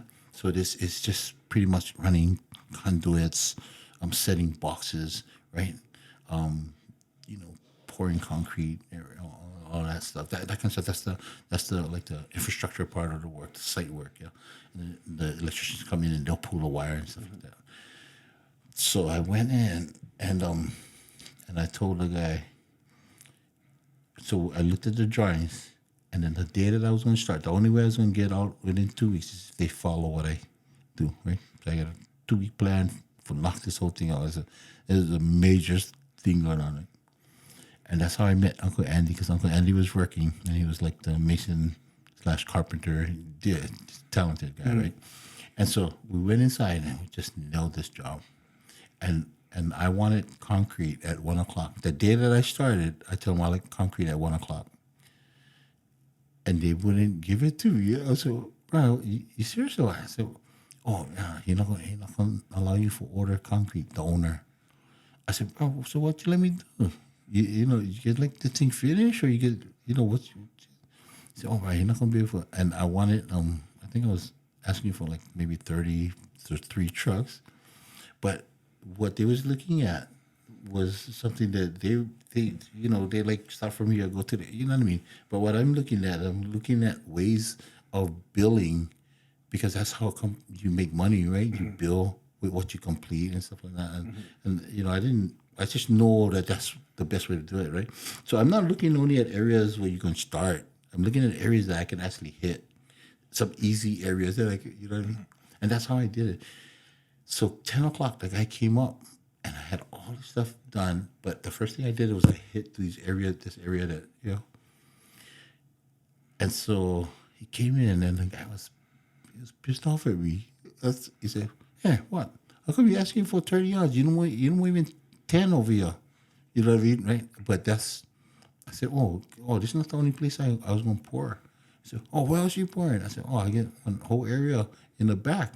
He said, "What you talking about?" Right? But they didn't overlook some areas, So I went over there, and all of a sudden, we're turning on all the leaf. Oh, wow, hey, thanks, and then he orders concrete. You know what I mean? I do this kind of stuff. And then the next thing you know is I'm over here trying to build my reputation because got inspectors, right? They turned around, and I had to come back in the afternoon because they were actually backfilling this thing. And we just poured the concrete. How could you back? You know what I mean? The next day, the inspector came in and said, "Yeah, wow, how you didn't backfill this stuff? You guys just didn't pour them yesterday and all this stuff." And I'm stuck for words. I say, "Hey, well, you know what? I just working for this guy. Like I told you, I stay trying to get out on my own." And so but anyway, I finished that thing in less than the 2 weeks, and they ran into a problem, and then I left. But just pushing, What's that question again? It's about people, about like how people deal with you, and how people have dealt with you in business. So it's been pretty hard. We went through some tough stuff, right? It's amazing. It's amazing, especially when you're dealing with Christian people who say that they're Christians. Oh. You know what I mean, right? Yeah, I guess that's what I want to know. Like, how has it been for you doing business, especially when you come up with Christians who do business? This is the toughest thing, right? With that situation. Name names, right? Of course, elders in our church are actually the pastors, right? And I'm thinking the reason I'm thinking of the Christians you met before you started and the Christians you've been running into since you started. And it's always been like, because one of the things I was telling somebody is, I tell our church this, I'm like, when you guys see the fish on somebody's car or their brand or their business card, what is your first thought? Is your first thought, "Oh, that's a Christian, hope I can get one deal"? Or is your first thought, "It's a Christian, I wonder how I can bless them"? Because I think it's mostly the first one. We think, "Oh, it's a Christian. Hopefully, small business owner. Hopefully, they give us one deal." That's what we're always looking for the break. Not looking like, "Man, right, what in my life is set up so I can be more of a blessing to that brother than anything else." So that's what I was hoping, especially when I started. Right, when I started going to companies, then going to a company that is considered a Christian company, hoping that they would have, more of an answer, which is the most important answer you can give anybody, right? It's prayer. That's just not enough right now. Well, it is the most important answer, but it's also the one that we're doing already. Yes, you know what I mean. I'm saying, okay, I got that one. You know what I mean. Can I get something? You know what I mean. So that's what I was trying to get, right. Okay, do you have this? Do you have that? Okay, yeah, got him. Give me, something that I could check off and stuff, and then Here, go make contacts with these people. You know what I mean? Go call these people and see if you can get on. You need to get, right? And so without naming, I named his name, but without naming the company, Pat was the most, I said, "What?" He said, "Here, take my card, get on my list, and we'll send you stuff," right? And then all of a sudden, the day that I get home, the things are flying off on my computer, and I'm looking at them. I'm only a site guy. I can't bid the projects that they have. You know what I mean? We're kind of a specialty. Well, electrical is a specialty, but we were at that time mostly high voltage, medium voltage, site work, right? But everything that they were sending was interior electrical work, so it was tough because I didn't know how to build these things, right? Because you never did that kind of work. You spent That was you did underground and stuff. Yeah. Underground stuff, yeah. And then inside, working with the other guys, they plenty of them, a lot of Christians, I think they fall into the same scenario, as because they're trying to get their own. You know what I mean? I think they still not satisfied. You know what I mean? So like, if I was working for a Christian company, man, that'd be so awesome. Knowing what I know now, especially knowing what I know now, man, would be such a blessing. You know what I mean? All my giving that I would give, all the heart that I would put into the company would be so worthwhile. You know what I mean? I'm not saying that it wasn't, but I don't think they received the companies that I worked for. I don't think they received that. You know what I mean? Because actually, after they were ready to shut down, they actually came after me, thinking that I was taking away their stuff. You see what I'm saying? Yeah. Yeah, and so that was interesting, that transition. But a lot of times the Christians, how much is enough, man? You know what I mean? How much is enough? The kind of money that these people make. These guys make more than me. You know what I mean? They actually make more money than I do. I think they make more money than me. They might be a few dollars over, but some of the guys, some of the big guys, they make more money than I do. Yeah, but I know for a fact that they don't take care of their things, that well as as much as they have. Yeah, that's a good question though, right? Well, how much is enough? Yeah. But I think the best question is the better thing, right? How much is enough before you start helping other people? Before you feel content enough to go, man, how can I extend a helping hand to somebody else?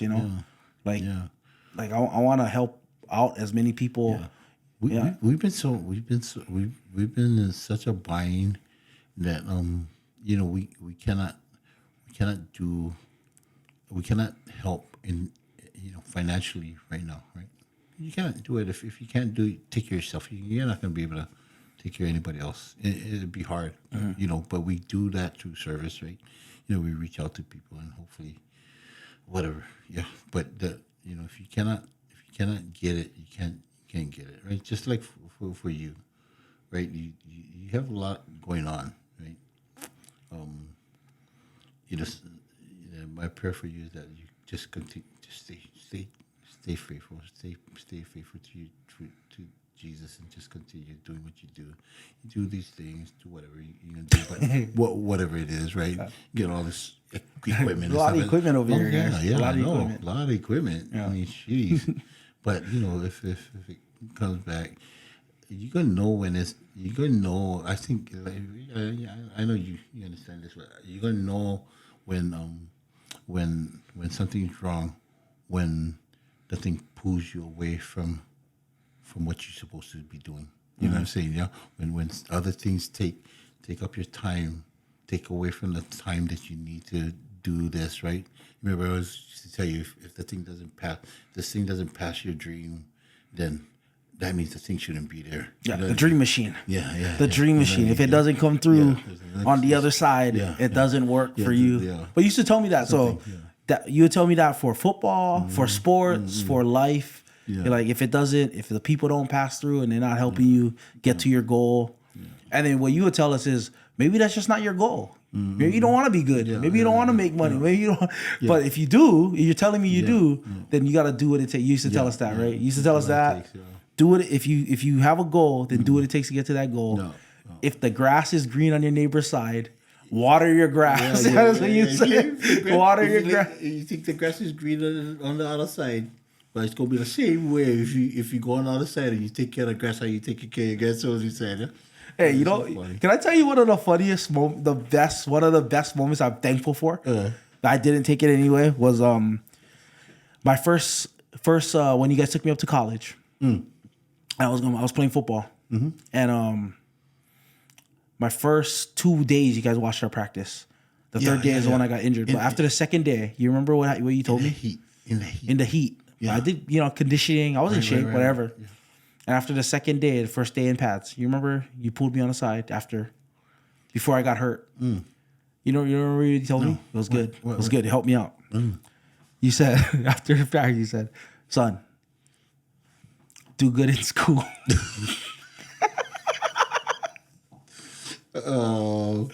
But you know what? But your whole goal wasn't to play football, anyways. Yeah, it wasn't my goal at all. Yeah, Right. I wanted to play for fun, but I really wanted to do school. Right. You wanted school. That was the most important thing, right? Yeah. So I don't remember, but I always try to instill you guys whatever I think comes out, right? And I don't think it had anything to do with how you played. No, I don't think so either. But I was thinking to myself, but then I connected back and I go, good thing I really focused on school because I ended up getting doing really good in college and because I wasn't a great high school student, but college college I would say college I was unreal. I was unreal. Bro, but man, if you go to Yomani, right, it wasn't the easiest. It's not the easiest school to go to, man. And you remember after when you got to college, you said, "Oh, it's a piece of cake up here, yeah." Yeah, it's a chirp, yeah. Yeah. But yeah, so that was funny. That was good advice. And then the other one that always stuck with me was know who you are and who you serve. Yeah, that's always. But that never changed, right? So even though you said, "Oh, I started walking with God," that one was gold. God gave you that one early, and it was gold for a long time. Yeah. Know who you are and who you serve, bro. Yeah. It's a trip, yeah. Mm-hmm. How's that work for you in business? Like has that come into play for you? Oh, absolutely, absolutely. In everything that I do, bro. In everything that I do, know who you are and who you serve. That's something, yeah. Because all we are is right, yeah. We so weak, right? We're nothing, but who we serve, bro, is so huge. Yeah, he's so big. And the thing is right? As soon as you know who that is, bro, all of a sudden you just as big as him because you got him on your side. You know what I mean? Mm-hmm. You know the my father stronger than your father. Superman more stronger than your father. That stuff, right? Mm-hmm. And then you go hit God and all power. Right? No more chance, right? Yeah. Once you say God, it's over. Once you say God, it's all power. You throw up the cross. Yeah. So that's the way I look at it, right? But it works in everything in my life, man. You know what I mean? Everything, because I know I'm nothing without Him. You know what I mean? It's like that. It's like I know for a fact. I always do that to you. So it's like, man, I'm so grateful for him. Yeah, he's amazing. You know what I mean? Mm-hmm. I wish. You know how gracious he is that even though we all saved and all this stuff, but he's so gracious that even in my selfishness, right? I said, bro, enough already. Let's do it. You know what I mean? Let's get out of here. Let's book it, right? But like, it's so much people that need him. Mm-hmm. You know what I mean? That's how gracious he is. Mm-hmm. Right? Stuff happening up the Lahaina. Yeah. All you think about is bro, but how about all the people that never died still yet? You know what I mean?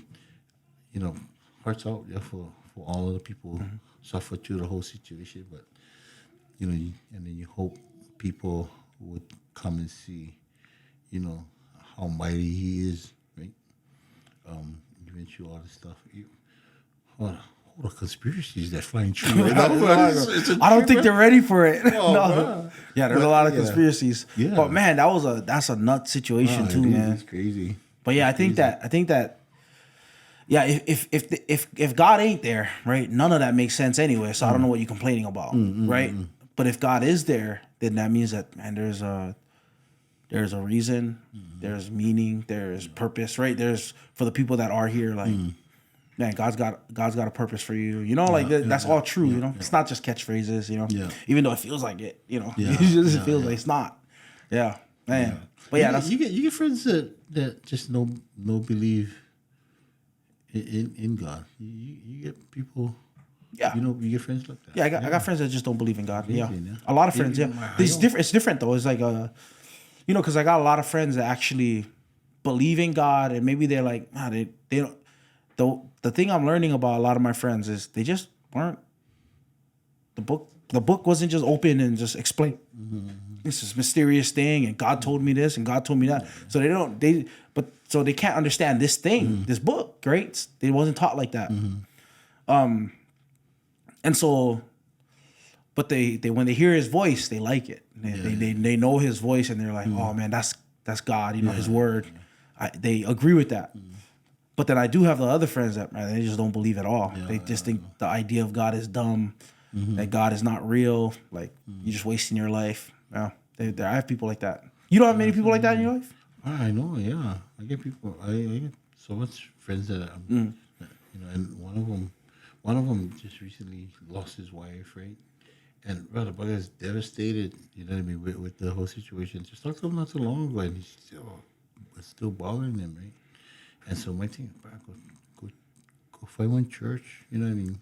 Find one church. Go do something. If you're feeling that way or something, what else are you gonna do? You know what I mean? But do something. If you're not drinking, you're not doing anything else. You know what I mean? Go try something else. You know what I mean? You're not going. There's nothing to lose. You have nothing to lose because you're not trying anything anyway. Yeah. You know what I mean? Yeah, that's the thing. I think like the hardest part for me to figure out is, man, how do you deal with suffering without God? But you just suffer. Yeah, you just suffer. And it just sucks. But it's not meaningful. It's like, who cares, right? It's survival of the fittest. Everybody moving on. You're gonna die, turn into dust. So who cares? Who cares? Yeah, who cares, man? That's the thing. I got a lot of friends like that. It's so easy to do that. Yeah. It's so easy to go ahead, just not even care. Worry about them later. Yeah. But it just don't make sense. Yeah. You know what I mean? Yeah. Everything you like in life is something that is good for you. You know what I mean? But you're gonna die.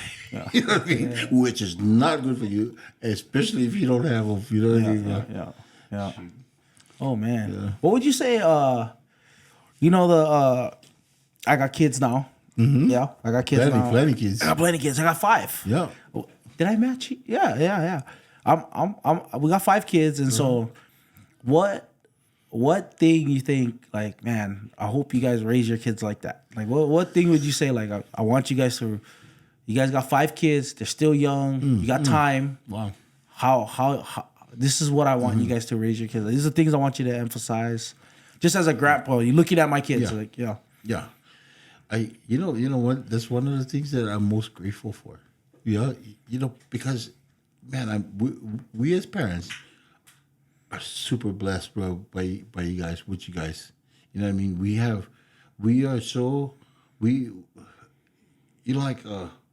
For a long time, Crate was, oh man. It was like, for us guys, it was like, me and Mom was like, man, I hope God can turn this boy around. You know, because he's smart. Yeah. And we know he loved God. Even, but there's things that he just would, right? And then we see the work that God does in his life, and we can say, I mean, it wasn't like he was gone, because we knew God had him, right? But just that he would stay on that path, right? And so when you ask me that, man, it's like, we're grateful. We're so thankful that God got you guys in this place. You know what I'm saying? That all our kids loves Jesus. We don't need to tell you guys anymore. As long as you guys love Jesus and all you guys do, we know that we no need to teach you guys on what you guys got to do with your kids. You guys already know. You guys, you can yell at them for, you know, if there's only there's one thing. This is one thing for me, right? So you know, with the house and mom like to keep clean and stuff like that. Poke the hole in the wall. Poke the hole in the wall. You know what I mean? Poke the hole in the wall. Poke one hole in the wall. You said it. You know what I mean? No, I didn't say that. You know what I'm saying? Yeah. Like if they went and they hit the stuff they playing and they broke something. Kids, hard-headed kids, but I don't care. You know what I mean? I don't really care. So I was waiting for, when Oli dropped her stuff and cracked the head. I'm waiting, right? I'm trying to listen. I like to see what you're going to do. You know, I like to see how you guys going to handle your kids. And if you got too carried away, I'll say, bully, I go pick up one that kind, and that's why I asked that question. Hey, can they repair these things nowadays? You know what I mean? And when they said yes, I'm thinking to myself, what are you getting pissed off for? You know what I mean? You get one nice that kind of this, you know what I mean? You gotta go fix your iPad stuff. I give your daughter a break, cause you know what I mean, right? You know that's the way I am now, especially with your kids. And I think that you guys, just as you guys continue, just have patience, bro. Mm-hmm. You know what I mean? You guys so different from the kids. You know what I mean? The way you guys are is so different. The way you guys grew up, it's so different from how the kids are. You know what I mean? These buggers is wild kids, man. I got wild kids. You get wild kids, man. You know what I mean? But I was telling Leah, because I was like, Leah, same way. Her parents would tell me the same thing. Leah them wasn't like this. Yeah. It was well-behaved, well-mannered kids. I know, yeah. And Leah was like, was it you guys was like? I was like, bro, we wasn't like that at all. We was like, toe the line, man. Yeah. Toe the line. You know what I mean? Go pick whatever toy you get, like over the, and you guys would come with one toy. You know what I mean, right? I said, okay. You know, that's how you like. Okay, good. With you, but with mom, it was like, don't even ask me for toys. Don't even, the fact that you thought about wanting toys really ticks me off right now. That was a trip. It was so funny when she talks about the house here. You remember over there? That was so cool. Yeah. That was I had a hard time, leaving Y&I. Really? Bro, I fell in love with the place. That and just living like that, yeah. You remember, so when we got married, bro, I remember Mama, they fixed the whole back, and it was mainly because we were the kind. So when you was baby, that's where we grew up. That's where we grew up. Yeah. So but the separation was just one curtain. Mm-hmm. You know what I mean? From me and Mom to the kitchen. Yeah, that was kind of like our room. The kitchen and then the living room was curtained too. Was open. Wasn't no doors. So remember where we had our bed had the door. You remember the door that you could see Auntie Mom's house across? Yep. And with the stairs down. And then the outside bathroom, right? Everybody had to walk outside for a shower. And it was a trip. But I had a hard time leaving Y&I. Because I just fell in love with the place. And you know what? I was scared. I was scared to leave because I was so comfortable over there. You know what I mean? There was times where... There's 2 times that I tired of this place. I got up in the middle of the night where I got bit by the issue on my toe. Right? What the heck? That was so funny. I got up, I was like, what's going on here? Look, this damn thing will bite my leg. You know what I mean? So funny, but just growing up, watching you guys grow up over there, Shari, you remember the line was so loud for Shaw. Yeah. Oh, crazy. Man. All of us kids was growing up there. How about Uncle Frankie? Yeah. Shooting over beside the house. Yeah, we had my uncle roll up. Chasing rat, like this is not even mice, bro. Oh, bro, this was full on like rats. Cats. This is straight up cats. Bro. Yeah, like these are cats. Half cat, half rat. Half cat, half rat, but it was cat, bro. Bro, rats. You know, and then so when you go from the back and you go to LCD's room, you remember, and you get to the front part of the house, bro. Amazing. You're walking through just destroy it over there. And if you go on the boats and stuff, you get seasick, bro, because you go in that, you know what I mean, right? I tell you, it's so funny. Oh man! So you had a hard time leaving? Why not? I had a hard time leaving. I never liked leave. Mom was the one who wanted to leave. Mom actually wanted to go out in the kind.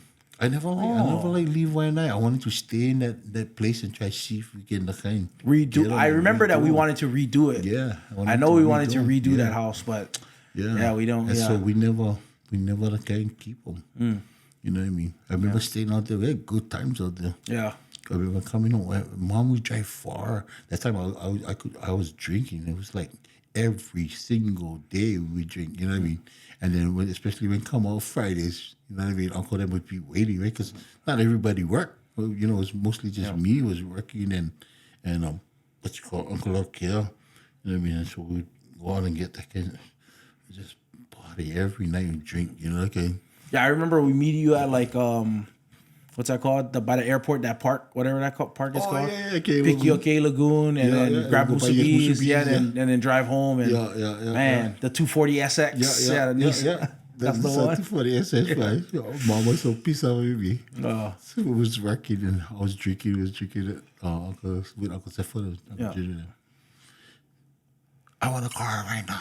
You know, like, oh, that's when you bought the car? We went away to get a car. Oh wow! Yeah, I didn't know that. Yeah, and then Mama came down and helped us and stuff, and we got the car. Yeah. Oh wow, that's how you guys got that car. Yeah. Wow. Yeah, you know, I've never been to a car lot in my life. What? Never in my life. What? No, I've only been with you guys. Like looking for cars with you guys. Yeah. I've never been to a car lot. Never bought a car. Oh. Never did that. The only car I bought was what is that called? My Prius. The Prius. Cash. Right. Cash. Right. $1,000 from our friend. Yeah. But I never been on a car lot. Right? I actually watch car lot sales videos. I watch the guys. One day I'm gonna have money to go to a car lot and just, hey, I don't want to. I'm buying this car off the lot. That's what I want. I want it for this price. But until then, I ain't going. Yeah. It's funny, bro. Just doing that whole thing is just ridiculous. It's, you know, you gotta. I don't do that now. You know, I just name your price, call. You know what I mean? Just tell me what it is, and then I say, "Bully, you still too high. You can get another price out. Otherwise, we go find one other car." You know what I mean? Yeah. Oh man, I just do that now. Man, because you spend too much time in that place. Yeah, I never knew. And then the car salesman, so you know, you get all these different levels of people before you get to that top guy. Yeah. So when I do them, I say, "Bro, you know what? I know you're the kind. You can get. No worry. I'm gonna talk to him. You can get your cut, but just tell him I still for you." I want the guy. Yeah, I said, "Bro, just give me the main guy. Give me okay. We'll talk about him, and I'm gonna leave." I said, "Here, this is the car we like. You know, tell me one price. I gotta leave. I cannot still for you." Yeah. Oh, but you gotta look. No, I'm not looking at this stuff. You call me up. Here, my phone number. Call me. And hey, hold on. I gotta change this battery real fast. Okay. That's funny. I never been. Yeah, I didn't know that you would. I've never been to a car lot. I tried. I mean, I tried meaning like. Financially, I'm just not there. But plus, that's crazy. We've been blessed by having. I know. Cars. I never had a car payment. I know. Man, shoot. I can't imagine people. That's the way to go. I said people talk about car payments. I'm like, I never had one, so I don't know. Yeah. Man, that's crazy. Man. I like the color of that show. Yeah, it's a nice one, yeah. Yeah. That's a nice color. Man.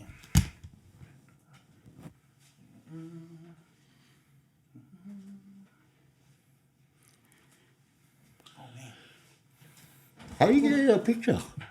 Is he going from here to you? To here, yeah. Oh, yep. Trippy, huh? Man, that was a lot. That was good. Yeah. So any last things you wanna talk about? No, you tell me. I don't know. That was good. You gotta jump on again. Huh? Gotta jump on again though. Jump on again. Yeah. I think, but yeah, I do appreciate you. Like I was thinking about the just what you were saying earlier about how we were raised. It's funny because you say that it wasn't until KBC, but I think for all of the kids, all you guys kids, right? Carmen, Cameron, Crate, me.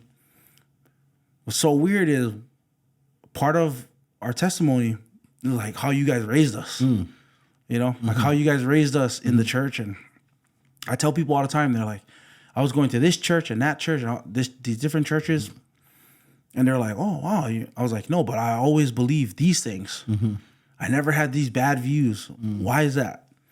Because my dad was discipling me. Yeah. My dad would ask me questions. The pastor would say something. My dad would say, after church, well, what do you think about that? I'm like, oh, I think this. So like he said. And you're like, why would you think that? You know? Because the Bible says this. And so, yeah, I appreciate you and Mom, how you guys raised us. It had a big effect. You know, the funny thing is, for me, I don't think I would be where I'm at without the way you guys raised us. You know, like I don't know why, but I love sports, and sports was never the end all be all. It wasn't idol to me. You know, like it wasn't like. It was so. There was nothing in our life that that you guys instilled in us. Like, that's super important. They're like you guys always make us hold everything loosely. Nothing is super important. You know, even church is like. I remember telling you one time, like, "Hey, Dad, I don't want to clean yard on Sunday because it's a Sabbath," and you're like, shovel them, pull those weeds. You know, like I was thinking to myself, oh man, we like, you know. So like I feel like the way you guys raised us really helped our faith, and that's why all of us believe. That's why all of us walk with Jesus. Is like, you know, like a lot of times people say, it's all God. Yeah, but God uses people. Oh yeah. You know, and He uses the way you guys raised us in the fear of the Lord and in the ways of the Lord. So even though you felt like, I don't know if I was walking with God all the way, that's not my thought of being raised. Was my dad and my mom loved Jesus, and they made us love Jesus, and it was like, you don't get an option in my house. You're gonna love Jesus, or, you know. You guys didn't have that option. No. So there was certain things that I wouldn't allow. You know what I mean? There's certain things that I would not allow you guys to do. I would give you guys so much freedom for do what you guys like, but some stuff that just wouldn't cross, right? So just like with your situation in church and us coming in and all that stuff, right? There's certain things that I just let mom try to do as much as she like. There's certain things that I just not gonna let her allow her to do. You know what I mean? So that's kind of with like raising you guys. Now you guys gotta look too, right? When I say, you know, I'm so thankful that God is so gracious to us and you guys, because it's not easy to find families like this. You see what I'm saying? Where all you guys love Jesus like this. You know what I mean? We have our own families, our own brothers and sisters, and you know your cousins and stuff that were raised pretty much in the same place, right? Who don't do it. You know what I mean? And we now sit and say, are they? You know what I mean? If something happens today, we're going to have to come in and say, hey, do you trust in Jesus? We're going to have to ask. You know what I mean? Right? You guys fall into a situation, you know, God forbid, we don't need say, what? How's your walk with Jesus? You know what I mean? Right? Yeah. We don't need to say that stuff.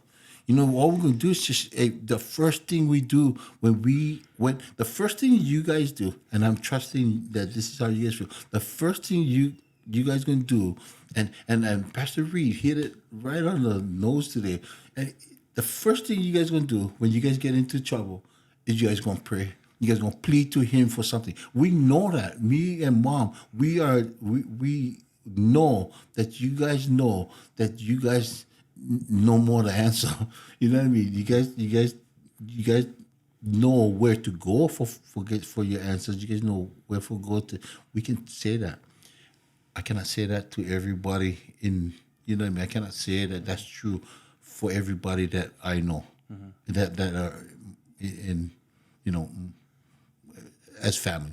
You know what I mean, right? Yeah. And so we're thankful for you guys that you guys are there too.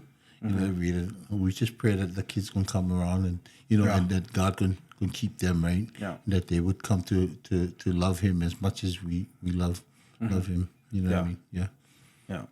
And it's not. Yeah. I think. Yeah. I don't know. We're grateful.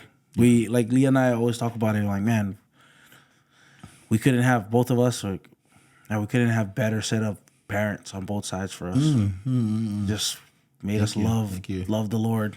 Yeah. But we appreciate you guys. Yeah. I was telling Mom too, and she was on. I was like, man, I don't think people realize, because people always come up to us, oh, you guys are so generous. You guys are so great. I said, man, so much of the generosity that we have is my mom and my dad, like working, you know, like it's a lot of their hand in all of this.